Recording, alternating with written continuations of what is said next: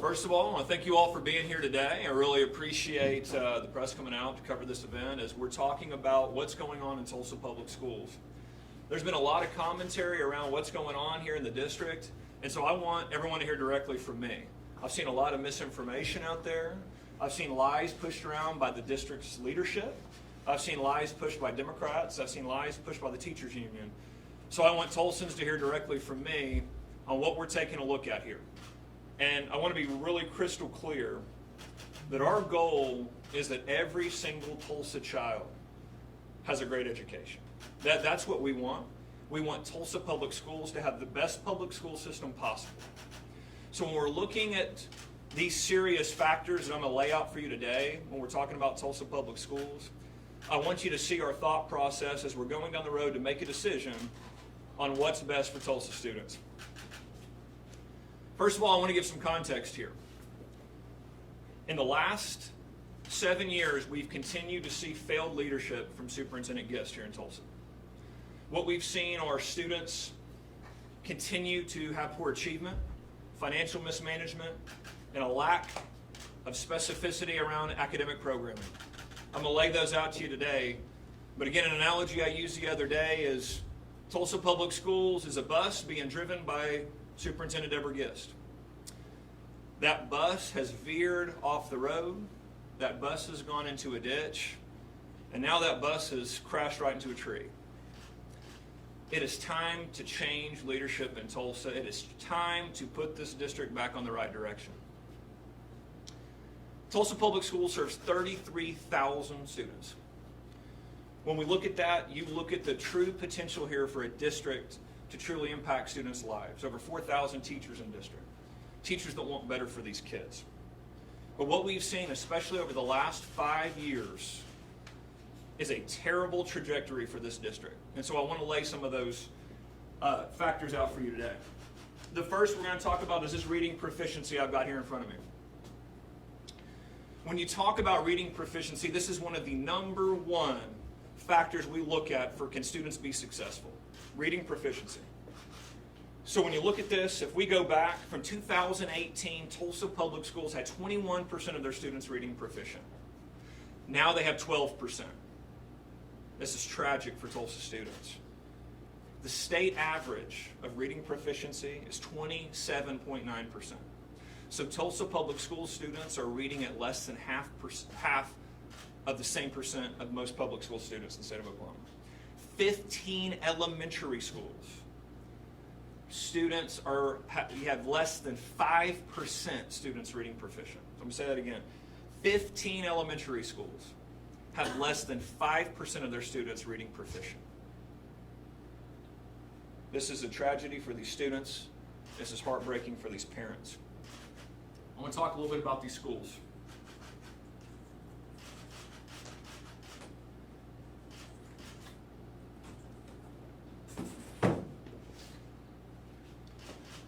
When we talk about the failing schools in the Tulsa School District, you're going to see that most students in Tulsa attend a school on our F list. So 65% of schools in the district are on the F list.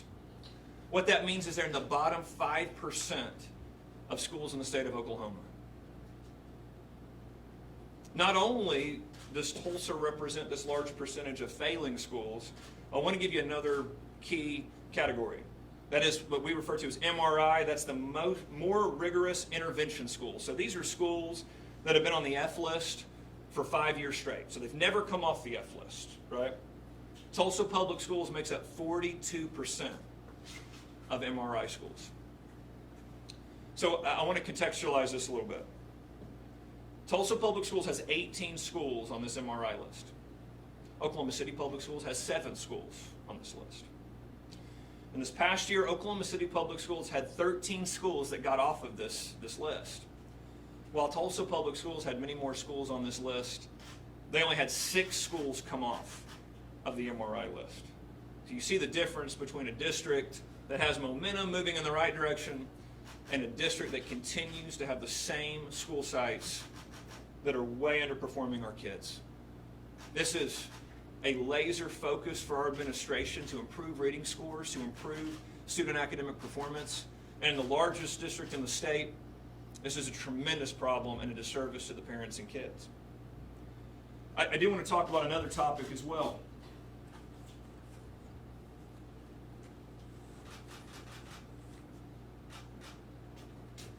I want to talk about the finances of Tulsa Public School District. This is something that through the accreditation process, we have seen tremendous red flags, brought tremendous concern for me and other board members as well. So one of the things that we saw as we began digging into Tulsa's accreditation and reports from board members at Tulsa Public Schools, that the superintendent had not provided financial documents and reports that they had requested.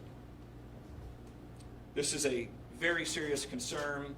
Statutorily, the board, that local board is to be the oversight body over the finances. So if you're not providing financial documentation of the district, you have a real lack of accountability here at Tulsa Public Schools.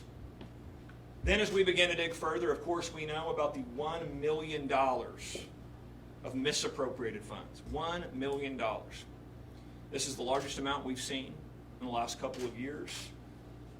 And when you couple that with the audit findings of the last 3 years, so for 3 years in a row, Tulsa Public Schools has in their audit report that they lack the appropriate internal controls of finances. So 3 years straight, Tulsa Public Schools auditors have said that they, quote, lack internal controls of finances.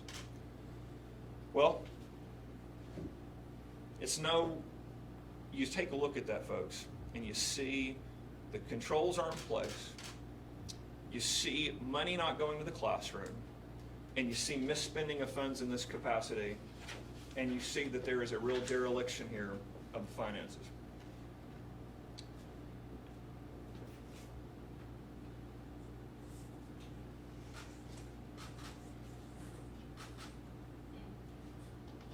I want to keep talking about funding. I want to keep talking about the financial situation here. Per pupil expenditures, this is the number that we focus in on, talking about how much the school is receiving. One of the things we've seen at Tulsa Public Schools is they continue from their leadership to talk about being underfunded. Folks, Tulsa Public Schools receives more per pupil funding, well more than the state average, well more than most public schools do in the state of Oklahoma. Tulsa Public Schools is well funded. That is not the reason for the lack of academic success here. But no matter how much you fund a district, if money isn't spent appropriately, you're not going to see that dramatic improvement in student performance. When you look at the number that 48%, only 48% of their funding actually goes to the classroom, this is where you begin to see even more issues. You see growth of administration, you see administrative bloat, you see the growth of bureaucracy instead of resources for teachers, instead of higher teacher pay, instead of every single child in Tulsa Public Schools having the best math, reading, science curriculum available, we have more administrative positions.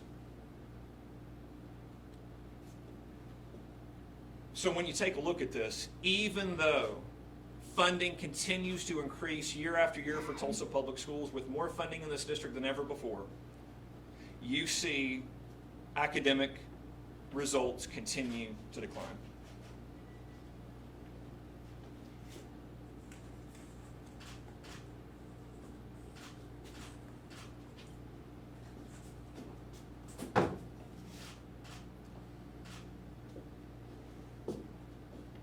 We have to act now.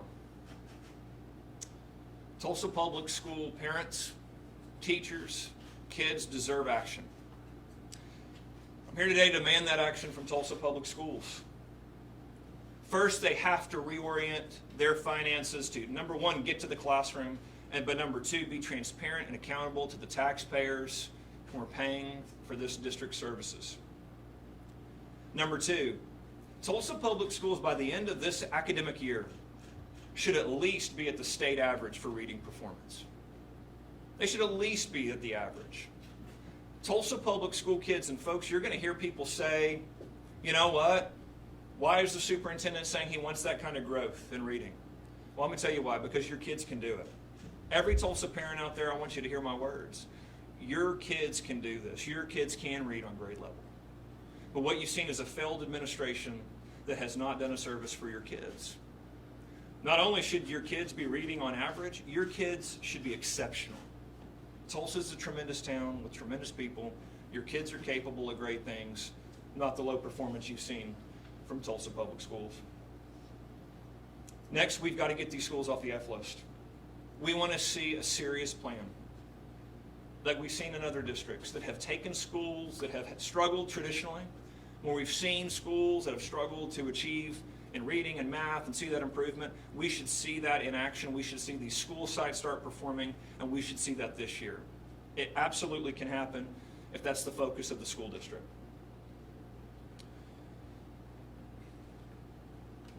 In conclusion, I will continue to work with every district in the state to improve their academic performance. I will continue to champion innovation, reform, and change to improve student outcomes.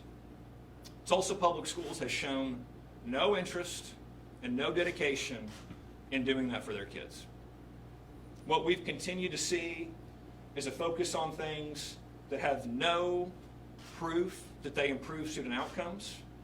What we've continued to see is a district that, because of their actions and dereliction of duty, that the most vulnerable kids in their district have suffered the most. You see kids that are economically disadvantaged that are not getting the education they deserve. And parents, I'm here today to tell you, I am going to fight for your kids. I'm going to fight for you as parents. I'm going to continue to force change here at TPS so that your kids have the best education possible. We cannot condemn Tulsa Public School students to another year in a failing district. We have to see substantial change. No action is absolutely not an option here. We will take action. We will move. We will demand better for these students. That's all. That's the conclusion of my comments. I'll now take some questions from the press. So, yep, so absolutely. Is accreditation on hold, or are you revoking it, or how does this impact that? And are you calling for Dr. Giss to resign and/or be fired? Number one, the board, we are actively looking at all the documentation. Again, as I've been very upfront with the press, we are demanding more information from the district to help make this decision. I've been very clear with the district and district leadership. We want as much information as possible so we can make an informed decision. So we are continuing to go through that. The board will move in the next board meeting to take an action on Tulsa Public Schools accreditation. And your second question, there should be a new superintendent in Tulsa Public Schools. Again, when you see this type of leadership and you see this type of performance, Tulsans deserve better. She's been here 7 years. The trajectory is not good. We don't see any serious plans to improve that. Folks, we don't need a 10-year plan. Parents with their kids in schools, they want to know this year that the schools are going to be better. They want to see serious change to ensure that. We're not seeing that. We absolutely need new leadership in Tulsa Public Schools. Secretary Walters, do you feel like your administration has been leading by example when it comes to the management of public funds in a responsible way? Absolutely. We have done more to provide transparency and accountability to taxpayer funds. We have cut more wasteful spending at our agency than ever before in the agency's history. We continue to push for transparency. And again, this is one of the things that we need to ensure is that we are watchdogs of taxpayer dollars, that we ensure that dollars are being spent appropriately, and so we'll continue to fight for that. And with your funds, you Yeah. think that was a responsible stewardship of those funds? When you have a vendor that I'm holding accountable, absolutely. We will always hold vendors accountable when they misappropriate funds, when they don't use funds appropriately. My administration has taken every action to do so, and we will continue to do that. Superintendent Walters, Stacy Woolley and Deborah Giss said they met with the accreditation officer and that their accreditation level was already communicated to them. Did you decide to reopen the process after their meeting, or are they lying?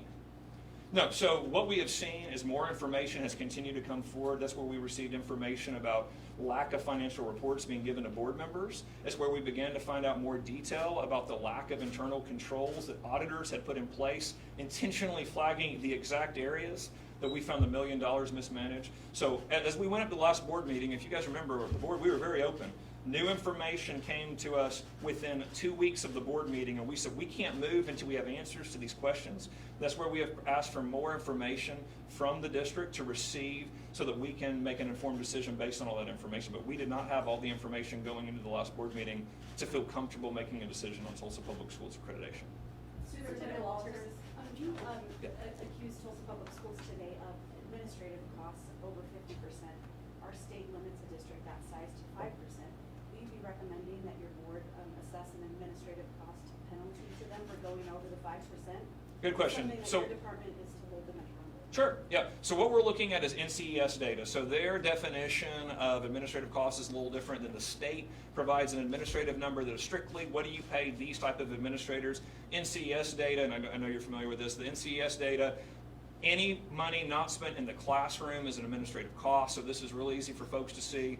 Where is this money going? We want it either in the classroom or an administrative cost. So that NCES data does a great job of providing us the opportunity to see the overall expenditures of a district. Superintendent Walters, Yes, ma'am. have you communicated and visited Houston and the Texas School Board about how they kind of took over Houston and kind of dismantled everyone, got a new, say, superintendent in there, new board in there? Is that kind of your plan, and have you communicated with them and been there? Look, all options are on the table. You know, I mean, that's the thing. We are going to continue to say Tulsa Public School students deserve better. We're going to look at every single option available. We're going to look and see what's the best path forward to provide more opportunities for students. So when we look at that, we say, you know, any option that provides students a better education, we're going to absolutely pursue that. I want the parents and the teachers in Tulsa Public Schools to know that. Again, you notice the things we went over today. We have teachers that are not getting the support they need. We have parents that are not getting the education they need for their kids. You have kids that are losing hope in this district. So we will take whatever measure necessary to ensure that they are prepared, to make sure that this district is on a good trajectory, and not for 10 years, but for this academic year. We want parents to see that change. But have you had conversations with folks in Texas? I communicate regularly with the commissioner in Texas. He is an individual that I do consult from time to time. So he's on a list of a few that we communicate pretty regularly. And we've had a lot of conversations about what they're doing in Texas, and we continue to have those conversations. Superintendent, school starts in 10 days here, and I think we're seeing as many as 2 dozen other school districts might have composite scores at or below Tulsa. What immediate changes are you calling for other than a leadership shift? Yeah, great question.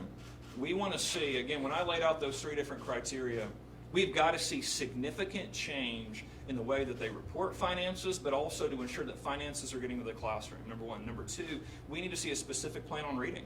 We need to see a realistic plan to, by the end of the year, get Tulsa Public Schools up to state average in reading proficiency. And then number 3, we've got to ensure that this district is doing all that they can to get these F schools off the F list. It is not okay for schools to continue to be on the F list that don't have aggressive plans to move those schools off of it. You mentioned other districts. I appreciate you mentioning that point, because when we looked at other districts, again, with very similar criteria, demographics, background, Oklahoma City Public Schools is one. When you look at a district that had 13 sites get off the F list with very serious and aggressive plans, that's what we want to see. We want to see movement. We want to see momentum. We want to see hope brought back to Tulsa parents and the Tulsa community that the trajectory is good. We are making changes. Our kid by the end of the school year can see academic growth. We do see a direction of the district, and we're just not seeing that right now. Superintendent, what's your response to some of the people standing outside saying, one, this is a public school district, why are we not allowed inside, why is this on a private property, and they're calling this kind of political polarized because it's in a political building rather than a public entity that they can be part of? Yeah, we're trying to get the information out to everybody. So again, what we wanted to do today was make sure that I'm speaking to all Tulsans, parents, teachers, all taxpayers. This is what we want to see for Tulsa Public Schools. We want to see an increased academic performance for all kids. We want to see increased financial accountability of a district, and so that's where we wanted to be. I wanted to be in Tulsa today to talk to Tulsans, tell them how serious we are. I wanted to put an end to so much of the misinformation and the lies that are being circulated by the district leadership, by Democrats, and so this is a chance, and I appreciate you guys being here to help us clear that up and again be able to talk directly to Tulsans. If TPS, if the accreditation does suspended, revoked, how does it work? Does your office appoint a committee, and is today essentially a warning shot across the bow that, hey, we're coming in, because what could TPS possibly do in the next 2 weeks to appease you? Yeah, so Tulsa Public Schools has a school board meeting tonight. Are they going to seriously address what's going on with their district? Are they going to continue to put items on there that have nothing to do with academic performance, or are they going to get serious? Well, we're very serious. Change is going to occur. So does Tulsa Public Schools, the school board there, and again, there's some good school board members, but we have a majority that are fine with the status quo. The status quo is not okay. These numbers that we showed you today is not okay. It is a disservice to kids. No action is not an option. We're not looking at a 10-year, 15-year plan. We're looking at significant improvement this year. There has to be change that takes place for that. You'll continue to see my administration push for those changes and demand those changes. Why call a press conference for this? And should this be a conversation between the district officials and the school board and yourself, rather than subject to a pseudo event like a press conference? Sure. So we have communicated to the district. We have communicated to the board. You see where we are today with a previous administration that assumed that Tulsa would fix itself. The lack of accountability from the last 8 years of this department is unacceptable. We are going to do everything within our power. Again, when I went across the state and ran for this office, I told Tulsans, I'm going to do all I can to improve your schools. As I've come into office, seen the lack of seriousness from the previous administration to improve this district, we have taken a very direct approach to go to the district, tell them what our problems are. And again, those problems haven't been solved. We haven't seen anything that would lead us to believe that they're serious about any kind of change that would improve the district.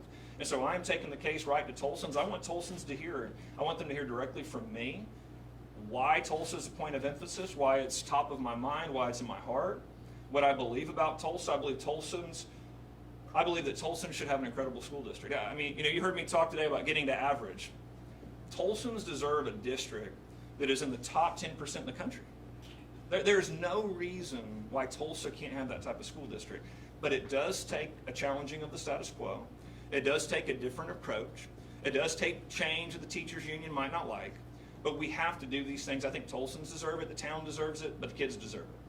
Where does the $1 million figure come from? All that we have seen and heard from law enforcement, from the public information that we have access to, is somewhere in the neighborhood of $300,000. Are you being disingenuous about that claim of $1 million in the embezzlement case? No, so we have on the site we are linking to provide you the information. We have another $600,000 has been flagged for us of mismanaged funds. So that's where between it's 300 and some change, and then it's 600 and some change that gets us to $1 million. And flagged by whom? Who's flagged it? Yeah, the auditors and then our own internal team as well. If the district doesn't meet the state average mark for reading but makes significant progress, will the state take disciplinary action against TPS? Hey, look, those are the goals that we need to be serious about getting to. That's what I've laid out. I think that average is incredibly doable. And again, as I talk to parents, they don't want average for their kids, they want better. We need to get at least to the average reading proficiency score. I'm going to set high bars. I think we should all set high bars for our kids. I think districts need to. I know teachers do. That's what we've got to continue to do. So I'm going to keep. I'll do two more. Yeah. Are you holding every school district that's not performing average or above average accountable in the same way that you're holding TPS? Yeah, just make sure. Can you repeat the very beginning? Are you holding every other school Oh, district that's not performing accountable the same way that you are holding TPS? Absolutely. We're going to hold every district in the state accountable to perform for their kids. The reality is Tulsa is uniquely bad in student outcomes. They are uniquely bad in their accountability around finances. We are seeing the case of, again, over 7 years of leadership from a superintendent, and the last 5 years, especially, the trajectory has been terrible. We look at every district on a case-by-case basis.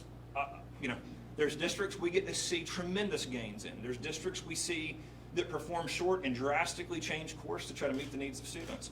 We haven't seen those cases here. And again, most of our conversations with districts are very solution-oriented, and I appreciate that from superintendents that say, hey, look, here's where we are, we understand we need to improve, so here's our plan. Here's what we're going to do. We're going to take a very aggressive approach.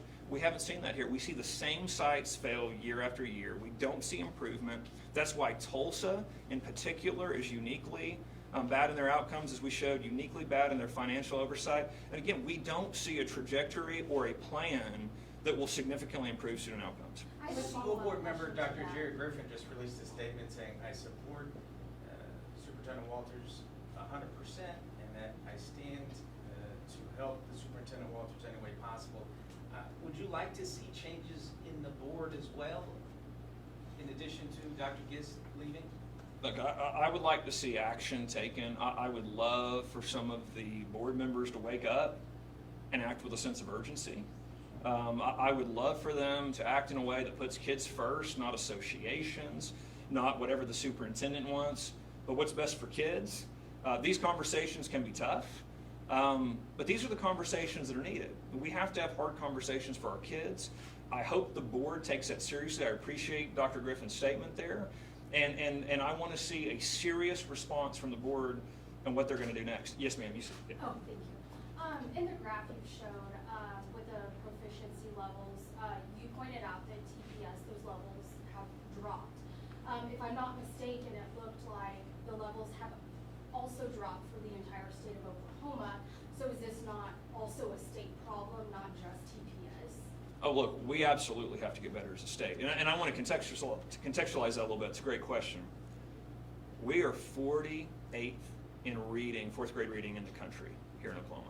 We're 46th in fourth grade math proficiency here in the country. So we are way underachieving. You're seeing a very aggressive approach from my own administration to improve student outcomes. We're very excited about our reading initiative, teacher recruitment, teacher empowerment, teacher professional development we're launching this fall. But when you see those numbers and you see how poor performing we are, and you see Tulsa well below that, I want people to see that. I mean, Tulsa is well below the state average, and the state average is unacceptable. And so that's where you hear us focusing on reform, we're focusing on change. We have a record investment in public education, but we have to have changes and reforms in place or that investment will get us the same results. So you're going to see my administration continue to push for change amongst all districts, but we're going to take a very aggressive approach for districts that are not trying to improve. We have these 3 goals right here, but what specifically would you like to see the district do to help achieve these goals? What some are the specific plans you have in your head? Absolutely. You know, we're launching all these science of reading initiatives across the state. Every single child in Tulsa Public Schools should absolutely be part of an initiative that is based in the science of reading so that every single parent in the state and the district can see their academic growth in reading with hard goals, hard benchmarks to meet. I mean, again, we've got to have some transparency here. These scores just can't happen year after year, and then we throw up our hands and go, we'll try again next year. We're only in year 7 of a 10-year plan. You know, and again, you know, I gave you a lot of statistics today, but I think it's important to know all those statistics are kids. They're individual children. They're children that God created with unique ability, and those kids are losing hope. Those kids, they're not a number, they're a kid. They're an individual child with parents that want to see them achieve great things, and they're sitting here going, I don't know what to do next. And I get the calls, I meet them in person, and it's heartbreaking. It is absolutely heartbreaking. And so every single one of those children, their parents should know they are in a program that works. It is based on the science of reading. I can see the growth of my child. I can see key goals and benchmarks. And hey, if my child's not there, I know it, I can see it, and I can see a plan to get them there. That should be in place for every single child. That's not a tough one to do. That should absolutely be in place. And was this strategically planned, just 30 minutes before TPS, the school board meeting, just for them to know, like, days before school starts, like, this is the plan, this is the goal, we'll reach it? Yeah, you know, look, there's a lack of seriousness with the majority of folks on this board. I mean, you've got parents that are beyond frustrated, and you see them taking on issues that have nothing to do with student performance. You don't see any significant change going on at the board level. It's status quo, let's continue, let's go another year, and then we can talk about excuses, record funding every year, and then we're going to blame we don't have enough money. 26% of teachers left last year. 26%. You know, and they always want to blame the state. The reality is the district isn't doing all they can to help these teachers be successful. We hear the stories from the teachers all the time. A lot of those teachers are ending up in other districts. We have got to do more. They've got to do it now. Absolutely. I want the board to act. I want the board to take a serious approach to what I've laid out here today. I want them to look at all the parents in Tulsa and say, hey, here's the plan. Here's what we're going to do. Inaction is unacceptable. We're taking serious action tonight. Okay, I'll do one. Just to confirm, did you speak with the superintendent earlier today? Yeah. All right. With TPS, did you guys have a conversation? Was this plan received? What was that conversation like? The superintendent and I met last week. So we met Friday, and we relayed to her more information that we need from her. So they're in the process of providing us information. We don't see any plan that would change anything I say today. There's nothing that shows me that there's a change of course or a sense of urgency there. So, but we Are did you meet. attending the meeting tonight? I won't be attending the meeting tonight. If TPS loses its accreditation and the students have to be dispersed to accredited school districts, 33,000 students, do you think our local school districts can handle that influx, especially with the teacher shortage? Yeah. Folks, I've told you, all options are on the table. I don't, the board and myself, as we look through this, we want every single child to have a great education. When we're looking at this and we're weighing out these options, we're going to do what's in the best interest of every child, of every kid. We're going to continue to make a decision that's based in that. You've seen and heard from folks around the Democrats and the union that play in this fear of all this is going to happen. Look, we're being very open and honest. Here's what we're weighing. Here's what we're looking at. We're trying our best, and we will put Tulsa on course for success. And so we're interested in options. We're interested in solutions. And so that's what my administration is going to continue to pursue. I'm sorry, yes, in the back, last one. Yes, sir. Quick follow-up on that. How are you planning to decide between, accredited with learning, accredited with probation, and unaccredited? Yes, sir. You laid this all out. Yep. And so is there anything TBS can do in the next few weeks, or what are you looking to see in light of that? Number one, we're getting their financial documents.